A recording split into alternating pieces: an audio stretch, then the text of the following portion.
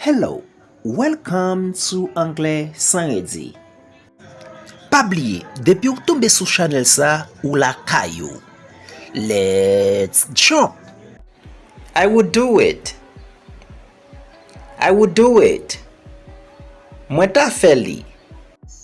Buy a new one. Acheter yon nouveau. I'm thinking about English. Mwen a pense de anglais. Because I want to speak it. Paske mwen vle pale li. Take this. Point sa. Can't you go yet? Eske ou pou ka ale? I don't know yet.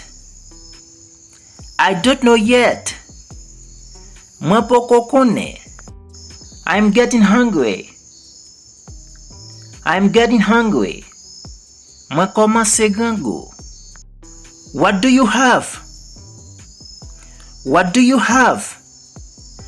Ki sa ou genye? What do you mean? Ki sa ou vle di? What do you think?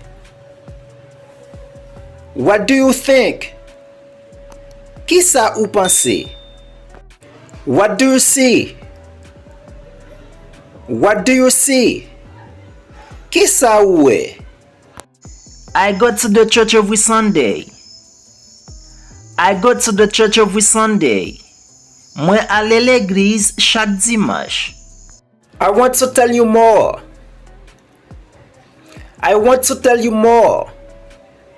Mwen vle di ou please. Don't say my name. Pa di nou mwen. I don't have enough time.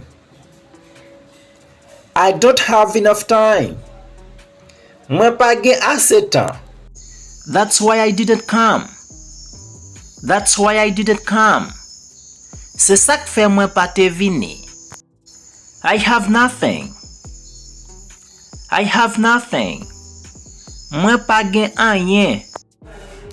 I had something to do. Mwen te gen yon bagay pou fe. Did you know that? Eske ou te kone sa?